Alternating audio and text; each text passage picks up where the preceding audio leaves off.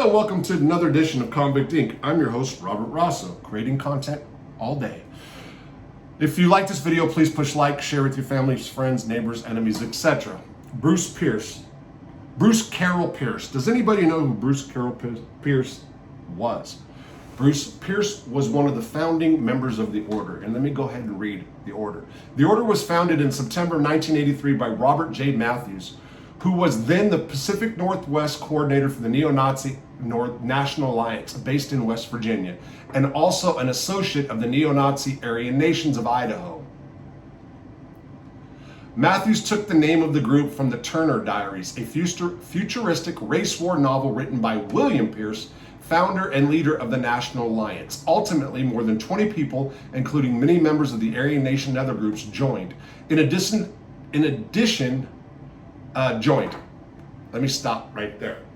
So Bruce Pierce was one of the founding members, and what Bruce Pierce did, his claim to fame really, was he killed a Denver Jewish talk show host named Alan Berg. Berg was speaking out against Christian identity, against white supremacy, against any kind of militia, right-wing activities. And he was an easy target for the order. They were originally looking at Morris Deeds, which is the founder of the Southern Poverty Law Center, who I myself have issues with because of the stuff, the propaganda he puts out. And I am not in any way, shape, or form a white supremacist. He just likes to use the white supremacist label on everything. And it's just crazy, the misinformation he puts out there, which is then regurgitated on platforms like CNN, ABC News, and it's just sickening. It's sickening how it gets out. Anyway, that doesn't mean he needed to be murdered by any means. It's just he's a TV troll. Anyway, so Bruce Pierce. Okay, so let me make sure I got this right. Okay, Southern Poverty Law Center, Alan Berg's the founder of the order, blah blah blah. So let me say this. In addition to the assassination of Berg, which I just told you, members also murdered one of their own who thought they had loose lips, a rat in the group, they thought. In the end, the group was uncovered by authorities who caught a member passing counterfeit bills and turned him in.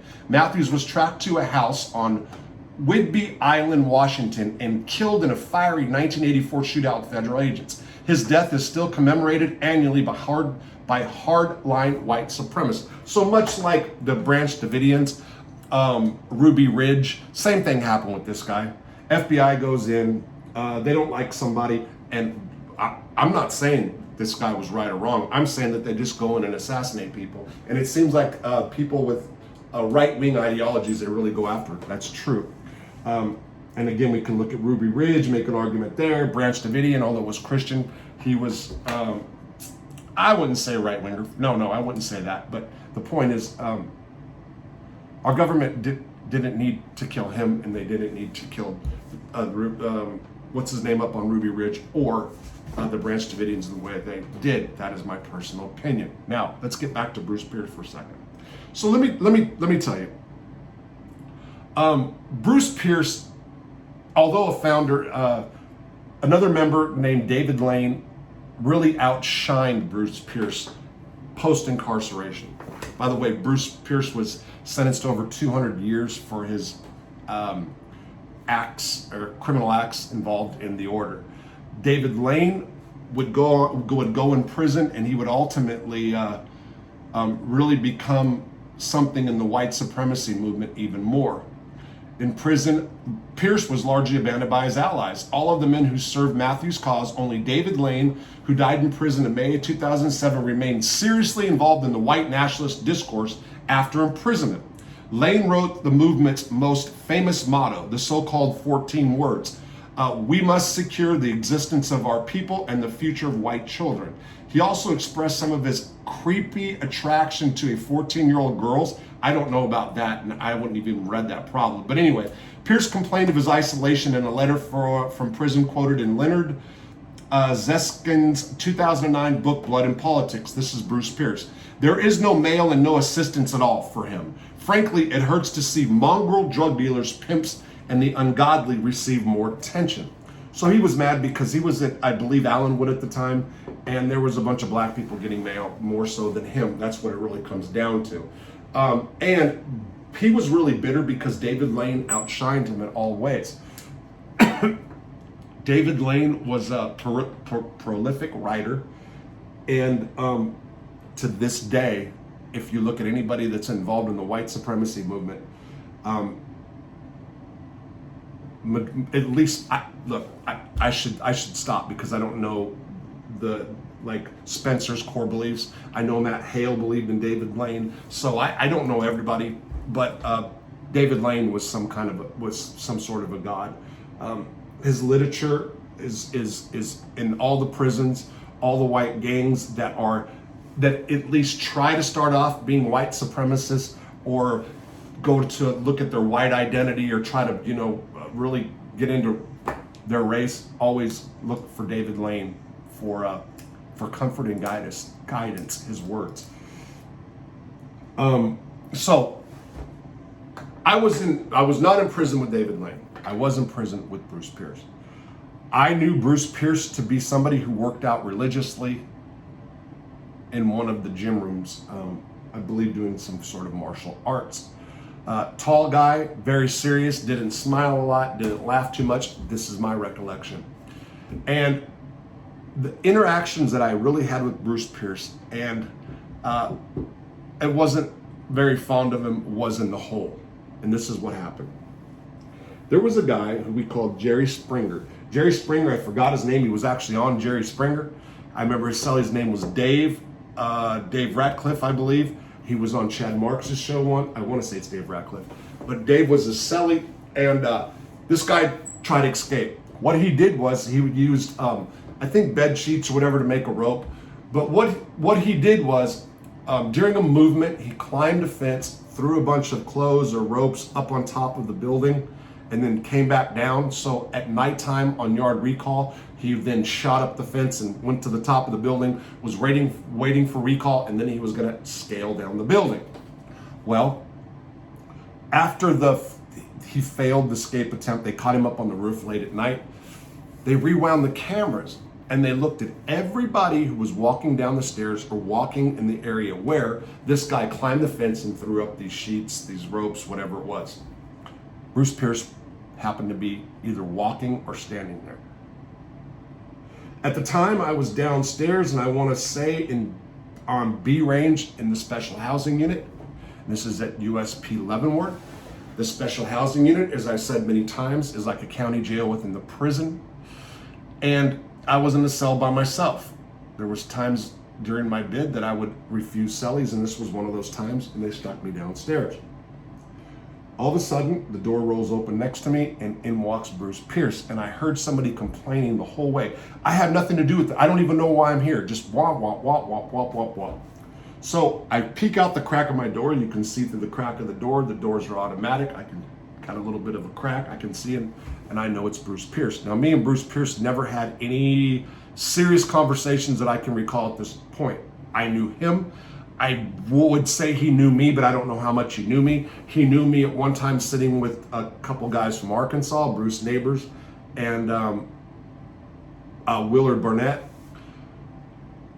But I don't, like I said, I don't remember any interactions. So, Bruce, what's going on, bud? This is Robert. Hey, who? Robert, whatever, what happened? Man, they locked me up. I don't know why I'm here. How long do I have to be here? And I'm like, bro, I don't know. What'd you get locked up for? They said that I was involved in an escape attempt. I said, oh, you better lay it down. You're going to be here a minute. Bruce was very, very upset. So every time a guard came around, he wanted to know when he was going to get out. He had nothing to do with it. Finally, they did bring him a lockup order. By policy, the administration is supposed to give you a lockup order to tell you why you are being put in the special housing unit, but often they do not. Like much policy in the Bureau of Prison, staff that feels like this is kind of unnecessary, and it's actually a part of an inmate's due process right regarding administrative detention. Now, Bruce cried day and night. I don't know how else to put it. Cried like a baby. There are some people that cannot handle shoe time in prison. And Bruce was like at the top, as far as I remember. He was one of these guys that was just, you know, if I could have did another 6 months in the hole to get him out of there, I would have done it. Like I would have said, hey, just let this dude out. I'll do 6 months for him, because it was beyond annoying.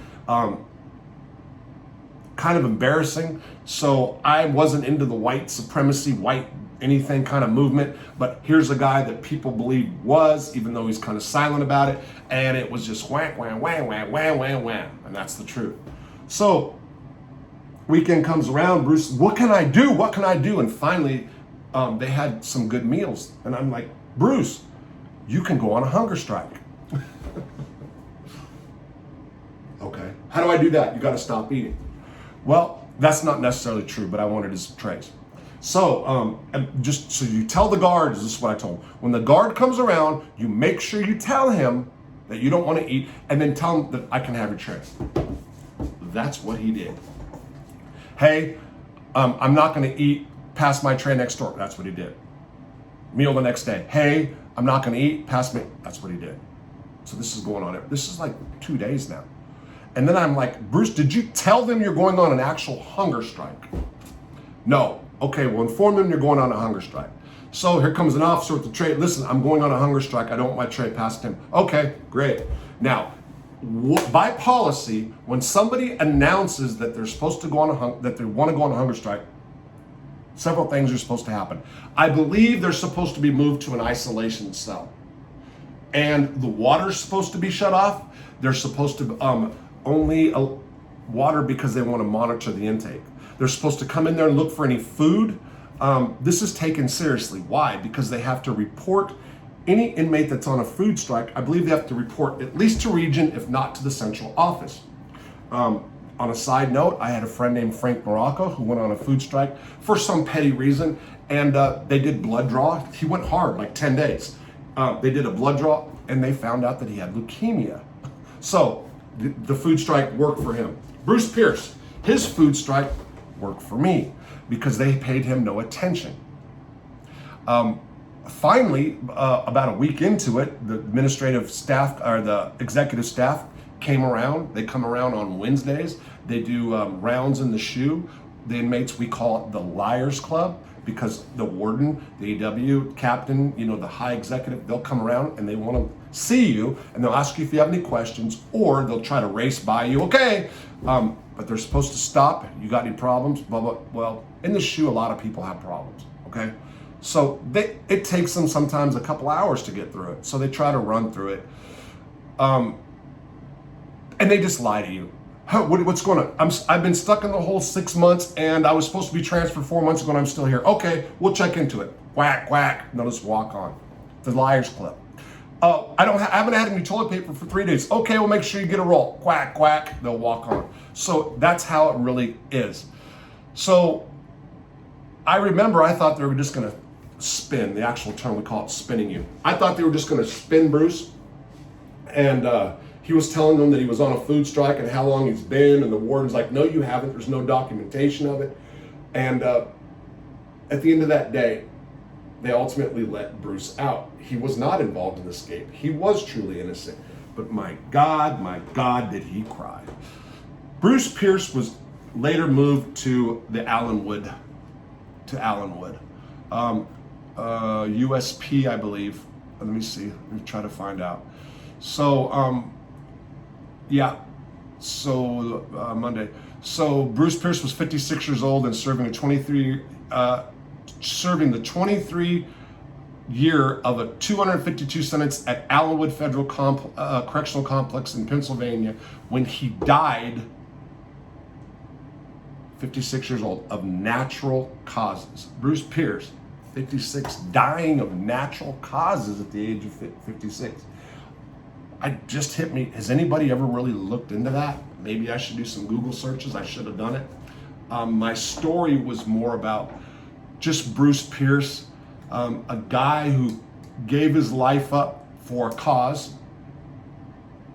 And one can make an argument that some people might need a cause in their life, you know? Some people need a family. Some people need to have a wife and kids and just grow old. Some people need to, just get high every day. Some people need to just get drunk. Some people need to do a life sentence in prison. Some people need to be priests, and some people need to join extremist groups, whether it's Al-Qaeda, who the U.S. government kind of made, whether it's ISIS, who whatever, whether it's right-wing militias, whether it's the Black Panther Party, who Jews created, possibly. I don't want to go. Anyway, some people need to be down for a cause. Bruce Pierce, for sure, gave his life away to a cause that was short-lived. Anyway, in that particular time, so a year or two, whatever, that they had their little run up there in Washington. This is where they were based out of. Not knocking anybody's cause. I don't care how extreme or how not. So he gave his life away for a cause and died at 56 years old, bitter because he felt left behind. Not really respected fully in prison amongst white gangs or people that were doing the white identity thing in prison or trying to find their white roots. Not so.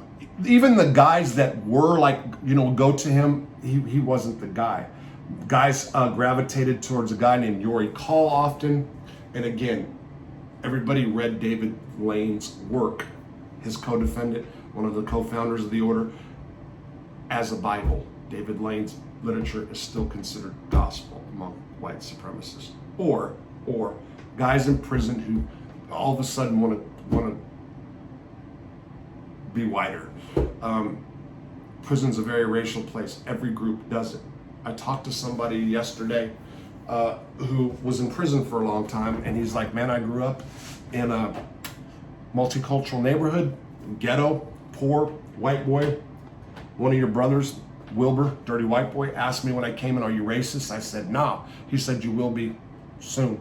And the guy's like, man, within 5 years, stone cold racist. It's federal prison. That does it to whites, blacks, Mexicans, in a lot of cases, especially if you're in higher security prisons. All you guys have been in prison know what I'm saying. That's not a bro. We all have some prejudice within us. We all have prejudice in us, for sure. But it is one thing to be a racist or a hater of other races or whatever. Anyway, Bruce Pierce, dead at 56. This goes back, I think, to 2009. What year? 2010.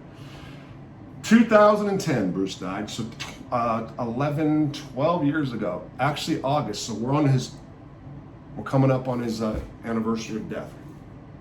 Bruce Pierce, founding member of the order. May his soul rest. And I'll never forget. His voice will never quit resting in my ears. How he cried about me. Or I won't forget the trays that he gave me. And I'm just joking. I mean, I'm just clowning. But anyway, true shit. Have a good day.